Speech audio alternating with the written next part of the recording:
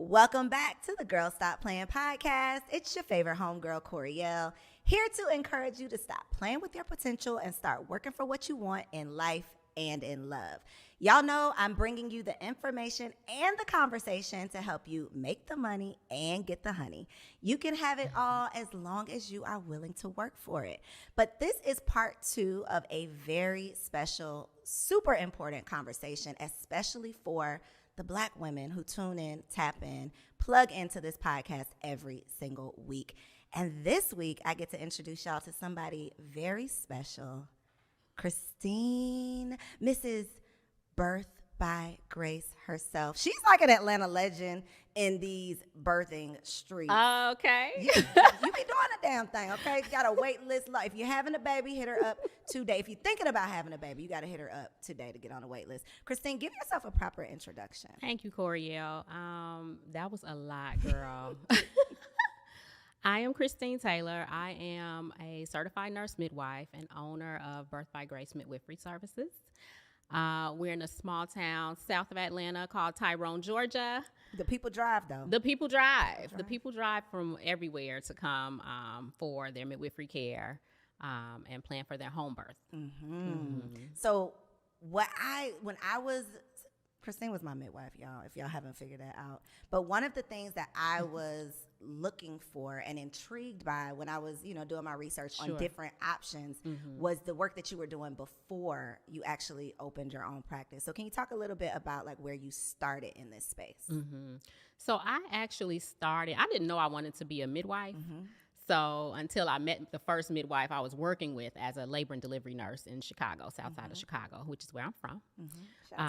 And so I met a midwife just on a regular shift one day, and I was just so intrigued by her work, and I was completely lost. I didn't know what she was, who she was. All I knew was she was delivering this baby without a physician around. And so I'm like, who are you, girl? What are you doing? Who are you? She's like, my friend's name is Mika. I am Mika. Black woman. Black woman. She's a Black midwife in Savannah now. She's been in Savannah a few years now. But she introduced me to midwifery, actually. So I immediately, adopted her as my mentor and entered midwifery school. And coming out of midwifery school, I was working as a midwife, a baby midwife on the south side of Chicago, the same hospital that I was a nurse at. In a community that I kind of grew up in, so it was very warm and fuzzy and fulfilling for me. So the fact that you were already in the medical field, you were a nurse, and still this idea of being a midwife was not something common. So when us as women learn about, having a midwife versus going the traditional route, it's not necessarily something that's talked about often. It's not the most popular thing. And I can see why now, because you were in the medical field and it still wasn't just another option for you. Correct. So I think that the powers that be they succeeded in eradicating the idea of midwifery and the midwives of the South and the granny midwives, and they eradicated that, because now we think traditional care is the physician's office, where it's really the other way around, where traditional care is really midwifery care. I feel like it's a shame that it's not at the forefront like it used to be. It's like the alternative now. It's really an alternative, absolutely. The most common. Most safest routes to have your baby and be cared for by women. And so it's a disservice to women, because as we know, we have a lot of issues going on with maternal health care, especially for Black women. So can you talk a little bit about the difference, because you worked in a traditional hospital doing labor and delivery versus your experience now doing in-home births? So the care is very different. The system that we work in, that the physicians, nurses, the medical system that's in place now, is not designed to offer compassionate, individualized, warm and fuzzy care to women, and you think that it should be, right? This is the most intimate time for a woman and her family. Having a baby is one of the most vulnerable situations, events in your life. Why is our system not geared towards that? They treat it like you coming in for a procedure. Yeah, and not absolutely. an experience. You're definitely a part of a system and a part of something much bigger that has little to do with how you feel. And like I said, your experience. It's almost like it's not a medical procedure, but it's very much so. Okay, at this time we're going to do this. Now it's time to do that. Versus, what do you need? What are you going through at this particular time? It's very much, by the book. Yeah, absolutely. And I feel that midwifery care does offer that one-on-one conversations even. How much conversation did you have at the doctor's office, right? Versus when you came to my office, we actually sat down on the couch, took your shoes off, and we really dug into, what we needed to during your care. So midwifery care is definitely something much more different, but very much needed, so that families can feel, cared for as a whole. And feel like you're a part of the your process care. Versus, so my personal experience, and y'all probably ain't gonna tell all my business. That's gonna be a whole nother. That's all right. That's going to be a whole nother episode. But I had the unique experience of having dual care. Yeah. So my husband works for Kaiser. I have Kaiser insurance, thankfully. So I was able to go through Kaiser, went to all my appointments at Kaiser, but then I came and saw you as well. Yeah. And Kaiser isn't like the worst thing ever in the world. It's not necessarily what I had imagined it to be. Sure. In my, if you watch The Business of Giving Birth, it's like, scary. So it wasn't that. But it was definitely very different from what I experienced with you, because the 10 minutes that I had, with the doctor, and it was almost like a dictating conversation versus a partnership conversation where, I was able to express what I wanted versus somebody telling me what I needed. Yes. And that was a very different conversation. Definitely. Why do you think Black women specifically are dealing with so many of the challenges that we are when it comes to the entire birthing process? So when we talk about that, I like to just jog people's memory and take us way back to when our bodies were stolen from Africa, right? Our bodies, the Black woman's body, has never been upheld as anything of value, okay? Our bodies have been mutilated and abused and used as experimentation for different procedures that are happening today in modern medicine, right? So the fact that, we're still dealing with challenges, we know the Black woman is still not regarded, in high regard, her care, her health care, her whole well-being, right? It's not that shocking to me, right? What needs to change is how we approach our own care, because we need to become the defenders, the first line of defense for our own bodies. I don't care who you're going to. Right. You know what I mean? So it's just challenging. There's so many, that's a multifaceted, topic, because there's so many things that are held, that we're up against. What would you say are some of the most common things? Because I feel like, and you can correct me if I'm wrong, I'm seeing a lot of, I was obviously a first-time mom, and I was seeking out, alternative options. But I think that you get a lot of people who are not first-time moms, who have, experienced their first birth in a traditional hospital, and then they like, no, sis, the second time around, I'm at least going to explore different options. So what are some of those challenges or struggles that you're seeing most common with the women that you're serving? When it comes to moms who've had babies already, so they have a point of reference. And they know that whatever they experienced during their first experience, they don't want to experience that again. They know that there's something different, and they seek that intentionally, it's just once you go through something, as a first-time mom, you have no point of reference. Right. So you are doing your best to do the research you need to do to navigate.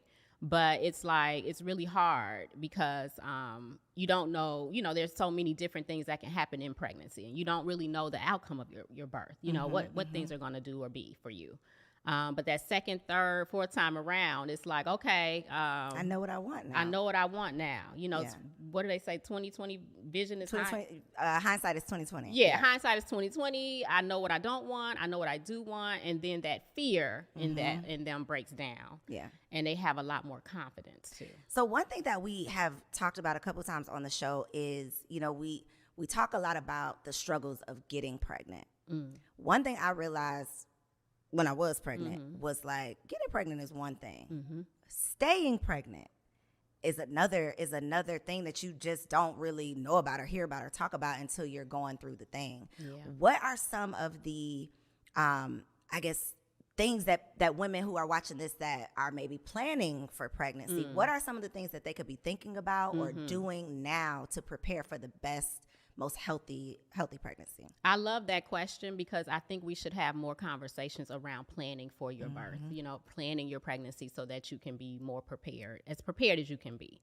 But it all comes back to like living a healthy lifestyle, and, lowering your stress levels, really addressing your stress levels and getting a manage on that, because stress, we have different stressors. As Black women, our stressors look different from another woman, and so, really trying to get our affairs in order, and seeking your provider as well, right? Seeking who you're going to go see once you do become pregnant.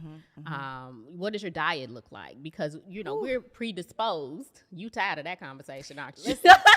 We were just talking, like, that's one thing we don't want to hear. You could tell me to do anything else, but if you tell me to stop eating my favorite food, I'm going to fight you on it. Exactly. And that's the struggle, so start that struggle before pregnancy so that, once you are pregnant, you will have some sort of different habits to have carry a healthy pregnancy to term, and then your options aren't going to be too limited later.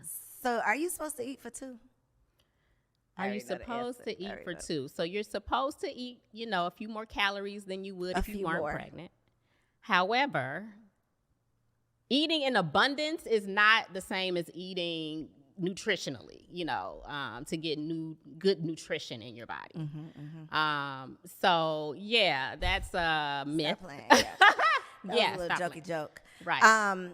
So you talk about stressors, and one of the things from the outside looking in, I feel like the work that you do, like Christine, the fact that you are sitting in this chair right now, I told my producer, like, she's on call, her life is on call.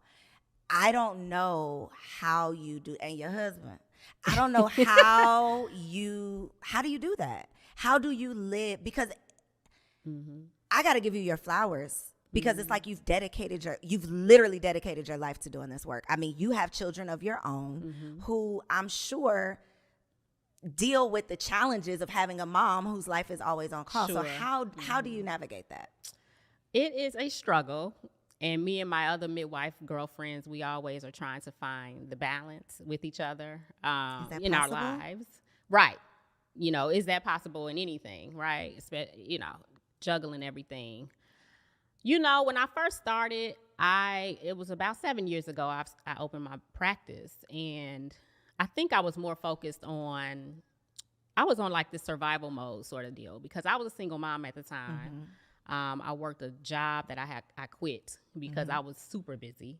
And at that moment, it was more like I have to keep moving. So I don't have any time to process, think about it, I have to keep going, right? But over the past, I think the pandemic is when it really hit, like, okay, I'm, doing a lot, and I started to allow the idea of, okay, you might be a little bit overwhelmed. Let's dial it down. The self-awareness that it takes to even because you don't want, that's very vulnerable as a businesswoman. As a Black woman. As a Black woman, you don't want anyone thinking you can't handle it. You're weak or you're tired or whatever. And I just started to accept the fact that, okay, things have to evolve into something different.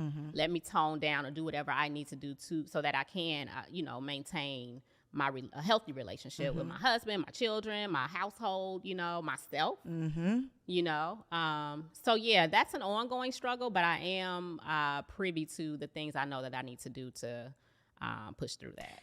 So in my mind, it's like you wake up and somebody could be having a baby and you got to go. And it does not matter like what you had to do this morning. Like you got to go. Is that how your life really is? Not really. I think there's a misconception that that's what it looks like every single day. That is what I think. No, ma'am. So what does it really look like? It's like every other day? It seems like you're doing a lot of I swear. home births. I don't do half the number of births that my colleagues do. Okay. So I think I always talk about this too. Like, I'm complaining over 5 births a month, and this midwife's doing 10. And I know I couldn't do that, and it's not the births I talk about. It's everything else. Right. I love because once it's showtime, it's showtime. But I love that part. I love catching babies. I don't like the back office stuff. So that's the stuff that gets on your nerves. Gotcha. The business aspect of your practice. Because we're all a one-woman show doing our own thing, right? So it's not catching the babies. I love that part. It's like everything else. That comes along with it. Yeah, paperwork and faxing and all this stuff. So in the midst of catching the babies, serving the community, you caught you a man. How did you do it? How did you find the time to? Because there are so many women who are like, I got to do this work in survival mode. I got to do this work. I got to pay these bills. I got to make it happen. I got to show up. Yeah. I don't have time for a man. You didn't do that though. How did you not do that? And you might have been doing that for a little while, but I don't know. I don't want to assume, but I feel like we go through the phase of like, I'll get to that later. Absolutely. So my husband, he and I met on a blind date. We were set up. Shut up. Let's talk about it. I didn't know. Okay. What do you mean? I didn't know it was a blind date and it was a setup because his best friend is his wife is a physician I used to work with in Chicago. Okay. So they had this whole thing going, and I'm just trying to go out. Like, okay, I got these kids. I want to go out. And it just went from there. He wouldn't stop, the next day he's around, and the next day, and the next day, and the next day. And so, it was just really, I did pray specifically for my husband. Before I knew him, I prayed specifically for him, and I let it go because I'm busy, right? Whatever, right? That's the key, though, the letting it go. That is the key. And so I was just very blessed because he definitely showed up in my life as a stand-up man, like, look, I got you. He fell right into it.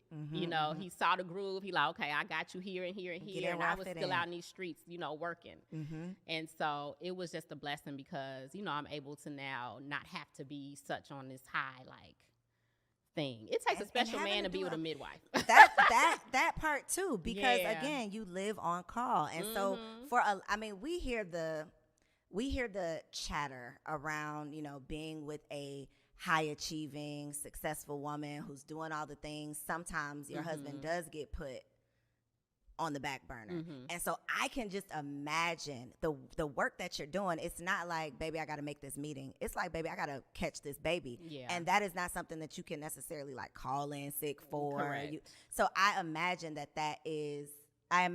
can be a challenge. How do you navigate that? Do you ever feel like guilty or feel like the superwoman thing? Like, I got to do it all the right way? I have regular breakdowns about that. The guilt, the guilt can consume me sometimes. And I always come back to my husband because he's always able to balance that out for me. He listens to me. I'm able to cry and cuss and do all the things I need to do to throw my fit. You know what I mean? No judgment. And then, because he's definitely holding the household down. Like, definitely. Like, I'm hardly home. I think he's holding it down more than I am. That's for sure. Because I do have to leave. And I do have to do my duties as a midwife. But I can leave and do that knowing that my house is good. My girls are good, You got a therapist, though. I have a therapist. We are advocates for therapy here. Why is having a therapist important, period, but especially for the work that you do? So having a therapist for me, it helps me to just put things into perspective because sometimes we take our blinders off and we feel like we're not doing what other people are doing or I'm not where I should be because I don't know, or I feel like I'm neglecting my children and they're going to grow up and hate me. You know what I mean? All those thoughts and feelings are very real and raw. So you definitely need someone to help you navigate through those feelings and, just help you give yourself some grace through that. So one thing that I love is how you incorporate your daughters into your world, really, and making them feel like we're doing this. This is not just mommy's thing, but you do your little videos like working with mommy today, and because for entrepreneurs, it's easy. I saw a quote where Layla Ali was like, I be misquoting people all the time, so I should stop saying they quotes. But what she was basically explaining was how the world got this great man, like the world got to see this great man, but she didn't necessarily get that at home because he was out being this great man for the world. And I think that's a very common thing for entrepreneurs or people who are, you know, really working to change the world. But then our world is like, but mommy, you know, what's up? Who is that so, person? Right. Who I want some of that. And so I can just imagine, I mean, you know, my baby can't talk yet, but I can just imagine I don't want to say guilt, but just those feelings that come along with knowing that you're doing such impactful work, but also making sure that you're impacting your children. Yes, and that can leave you very torn because you don't want to appear like, oh, that's more important than you are. Right. You know, that is a constant struggle, you know, especially I think it might be easier when they're younger because they don't really They can't tell you. At least if they feeling something, they can't can't tell you. You know, whatever. But, you know, when they get older, they notice. And, you know, your presence is going to be everything to them when they get older, you know. So that is definitely an ongoing situation in my world, in my life, you know. And balance just is not. Balance is something I think we keep clawing at, keep trying at, and you have to because if you don't, you know. So I don't know if balance is what we can really achieve. Is it really achievable? I don't think so. I like to say, like, when people ask me that question, I'm like, balance is BS. Like, I prioritize what I have to do. Like, I told y'all, like, my husband is home with the baby right now. I'm sorry. I'm at work. You know, like this in this moment. Yeah. Now, when I walk out of here, it's a different story. But in this moment, this was my priority for the day. And I can't feel guilty that my priority in this moment is this. Because I know that that'll be my priority later. And I think sometimes we just have to, it's a juggle. It's definitely you know, it's a juggle, and it can become a struggle if you are seeking this balance thing that I don't really think it exists. Yeah. I think that you're very fortunate if you have a partner that you all understand each other, and just roll with it. And pretend like they understand, because I know they be bad sometimes. But when they go to work, okay. Right. Baby, you don't hear from me. Okay. Getting it done. It's getting done. Getting done. He gonna be like, girl, if you don't stop talking about me, stop talking about me on this show. But those are the conversations, though. I feel like if you don't ever say these things out loud, when you're going through it, you feel like you're the worst person in the world. Absolutely. And you're the only one struggling. But it's like, no, these high achieving women that you might, you know, look on Instagram and be inspired by, they're going through the same thing. Absolutely. And that should be more, you know, shown in the forefront as well. Like the struggle behind all your success, you know, because you're not doing it by yourself. At all. You know, it takes a village for you to be where you're at, for us to be where we are. So, you know, what's up? What is up? Okay, I got to get back to the, I don't want to say the art of home birth, but like the process, because like we mentioned, it has become like a taboo thing. You know, like when I was telling people that I was doing a home birth, the reactions that I got was just like, oh, yeah. Girl, stop playing. Like, what do you mean? Are you? And it was almost like, and I know when people, you know, say things, they're not necessarily saying it to be negative. They're usually just worried about you, and it comes out as, you know, their concern comes out as like criticism. So what are some of, I guess, like the biggest misconceptions that people have around home birth? I think one is that it's a careless option, right? Like, I feel like, so first of all, moms who opt for home birth are the most informed mothers, okay? Like, these ladies, birthing people, okay? Like, they've done their research. Christine. Listen. You got to say that? You got to say that for political correctness? I don't know. As part of your job or something? Lord Jesus. I thought that would be, we cutting that out. No, we ain't cutting it out. I want the people to see me saying we women are not birthing people. We are women. But go ahead. Okay. Go ahead. I'm sorry. So, all the people that opt for home birth, you know, they've done hella research, right? Like, they're not making that decision blindly. Most of them. So yeah, it's another misconception is that you don't get any care. You know, that somebody just shows up while you're in labor and catch a baby, and you know. And another is that, you know, no one's trained, right? So that's a whole nother conversation. Is the training level of different midwives and routes and everything. But yeah, I would say that's probably the biggest conception, is that it's just this careless thing that people are doing. And you're just risking it all. And you're just risking it all. Yeah. You know what I mean? Yeah. And it's the direct opposite. So one of the things that I learned, so I thought, you know, I'm like, I'm a pioneer out here. I'm about to have a home birth, you know? And then I get in these Facebook groups. And I got into one group that was like unassisted home birth. Oh, that's a whole nother different situation. What is, explain that, because what? So unassisted birth is something that basically you are wanting to have your baby alone at home without any you and your husband, you and your trained partner. Yeah, or a doula or something like that. That's unassisted.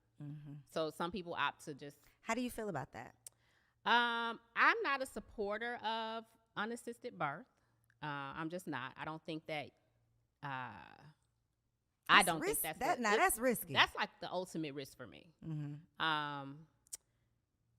And it's funny because I think I've had a lot of moms come to me who've had unassisted births. They've attempted an unassisted birth, but decided that wasn't really the route to take the next time around because of whatever might have happened or whatever. When you're choosing unassisted birth, that means you're deciding to wear all the hats. You're deciding to be the midwife, the EMT, the NICU nurse, the birthing, the one having the baby. Why would you do that to yourself? Like, why do you feel like you would need to take on all these roles and be a part of your own experience of birth? Baby, I don't know. I'm a midwife. I don't want to be my own midwife. You know what I mean? Like, give me somebody to, take care of me so I can be the person in the process, all in and present in every way. But, that's an option that women are taking, and that's, their right. choice, but baby, risking it all. You mentioned doula, and doula, I feel like is one of those words that has become like a buzzword, but not a lot of people know what a doula actually is. So can you talk about what a doula is, and then obviously the difference between a midwife and a doula? So a doula is a non-medical childbirth support person, okay? Doulas support women in all areas of childbirth. During pregnancy, they're great resources for education. They're great resources for breastfeeding and, just preparing moms for birth. During labor, they come and labor with you. They have all the tools and tricks of the trade to help you throughout your process, be it unmedicated or medicated. They work in every setting: hospital, home, birth center. But they are not trained to deliver your baby. They are not trained to be the medical professional attending your birth. They're usually like certified or something. Sometimes they take some classes or something. No, they don't. Doulas there are different classes, different certifications for doulas. But that's not a requirement. No, there is no requirement. Because they're really just your support person. Yeah. So you also just mentioned birthing centers. And again, these are things, which is why this conversation is so important, because you should not be learning these things while you are pregnant. Like, these are things that our mothers, I don't want to say should have, but conversations that we should have been privy to at some point in our life before it was like a pressing matter. So one of the resources that I, stumbled across was a birthing center. So in my opinion, a birthing center is like the midway point between a home birth and a hospital. But can you give the real, I guess, definition of what a birthing center is? Basically what you said. It's a sweet spot between home and hospital. What's the difference between that and a hospital? What? A birthing center. So a birthing center is a place that you go to for your prenatal care, and when you're in labor, you go to that place, that birthing center, to birth your baby. Within 4 hours after birth, 4 to 6 hours, you are discharged back home with your baby. That's the birth center setup, basically. Gotcha. Obviously, at home, your birth team comes to you. So you have the luxury of staying at your house when you're in labor, and your midwife and your doula and your whoever you've decided to be a part of your birth comes to your house and supports you and is with you during birth. So I think one of the first questions I asked you was like, what am I supposed to do about the pain? I think that's the first thing that people think about, like a home birth. That means no medication. Yeah. So what she told me was, your doula is going to be your pain medication. And I was like, well, what is that supposed to be? That don't sound too helpful. But what is your answer to that when people, I mean, I know that's your answer, but what is, I guess, another answer that we could offer to the people for like that part of it? Because naturally there's fear around Absolutely. like the actually feeling the birthing process. So what are some of, I guess, the tools or resources that women have available? So that's been taught to us and passed down to us that labor is painful. Labor's painful. Labor's horrible. It's the worst pain you ever feel in your life. You're going to feel like you're dying. That's what we're taught. Okay. And I'm going to just open that up with, I had epidurals with my babies, right? I ordered up my epidural and pinpointed and assigned all my nurses and doctors, right? So because there was no option for that was not a conversation when I was having my babies up in Chicago. But if you are opting or thinking about home birth, the first decision you made is that you're going to have an unmedicated birth. That's the first one, right? Yes. So there is no epidural at the house. There is no IV pain medicine at the house. So tools and resources are, that starts with childbirth education. That starts with, a doula, who can help you understand the process of labor and what, you and the midwife and the doula can teach you throughout pregnancy what you're going to expect. Taking some classes and really immersing yourself in what natural birth is and what to expect. You know what I mean? Because I get a lot of moms who go through it and they're like, oh, it wasn't that bad. I mean, people say it's bad, but it wasn't horrible. The other day, I got microblading, and the girl was like, you had a baby. Like, this is not going to, I feel like when people say that, I'm insulted because, girl, I had a baby, but that doesn't mean I don't feel pain anymore. However, what I do feel like was like the worst pain, like I feel like my wisdom teeth was worse than birthing my child. So I do agree that a lot of it is like what we've put in our head that's going to dictate how our experience actually goes. Mind over matter. Yeah. But that, listen, I'm going to just say this. All those classes, Christine, I took every class. I could find. I am a person, when I want to know something, when I want to prepare, I'm going to take a class. Yeah. I probably took 10 classes on different parts of the process. That hypnobirthing, baby, none of those techniques work. I'm talking about I had the apps. I was listening to the tracks. I was doing all the things. So you couldn't get deep into your delta? No. I was like, damn that delta. What? They ain't say it was going to be, like that. And so, again, you could take the classes. You could do the things. But it comes down to your experience is going to be different. Your experience is going to be your experience. And I will also say, too, one of the things I feel like that I did during my pregnancy that I did myself a disservice, and you told me, I'm not going to look at you when I say this because you told me not to do this. Well, I'm going to look at you. But I had so many, this is what I'm going to do, and this is how it's going to happen. And it, I was trying to dictate. Yeah. I'm a control freak. So I was trying to control an uncontrollable process. Yeah. And when I say, I feel like I almost sent myself into a depression by having these unrealistic expectations. So whenever I get an opportunity, you going to say I told you so? No, I'm not. Whenever I have a girlfriend that's pregnant right now, and my only advice is give yourself grace. Don't try to plan. Don't try to predict. Go with the flow. And what's going to happen for you is what's meant to happen for you. And I know you girl, you say that now. But I didn't want to hear it. I was probably I know I'm hard-headed. I'm stubborn. I was telling Christine, I don't care about none of that. I ain't packing no hospital bag. And I didn't. I ain't doing none of that. I'm not doing that because how I say it's going to happen is how it's going to happen. And God was like, girl, stop playing. And that really did me a disservice. Hindsight being 2020, that was definitely the biggest, the worst thing I just could have done for myself. So I anybody out there who is pregnant, thinking about getting pregnant, trying to get pregnant, any of the things, just giving yourself grace, birth by grace is what I think is my advice. So what would be your advice for someone who's in that space where they're thinking about getting pregnant or preparing for pregnancy? I would co-sign on exactly what you said because I always speak the exact words that you have just spoken.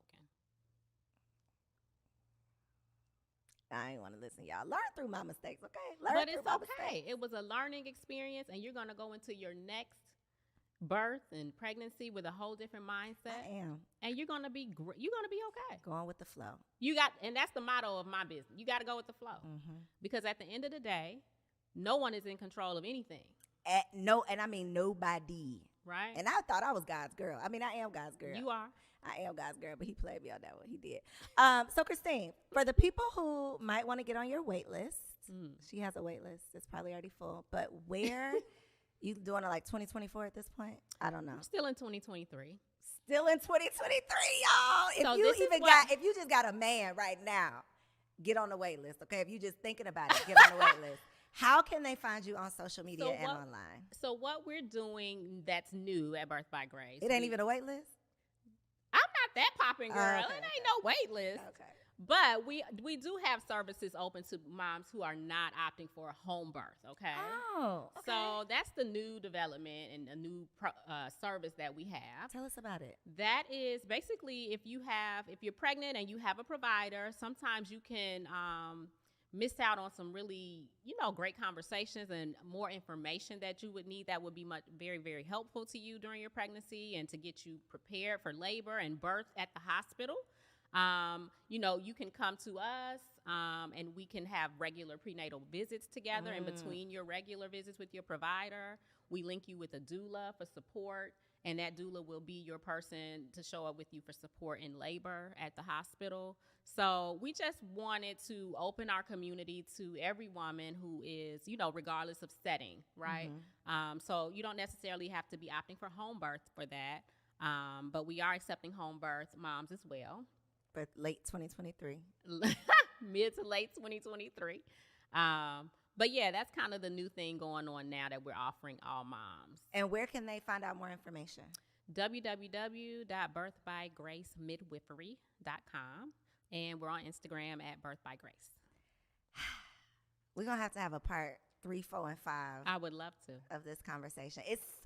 I just love you, but the work that you're doing is like so important for Black women specifically. She work with all women, but I'm here for the Black ladies. But for Black women specifically, underserved women to know that we have options, and we got to be able to advocate for ourselves. Definitely. So I appreciate you. I all appreciate that you for do. Inviting me. Thank you. You're welcome. This is our first podcast episode. She did good, y'all. Hey. Show her some love in the comments. Make sure y'all follow her on Instagram, and make sure you like, comment, subscribe, but also share this conversation, because you just don't know what you don't know until you find out you don't know it, and you don't want to find out too late. That's so right.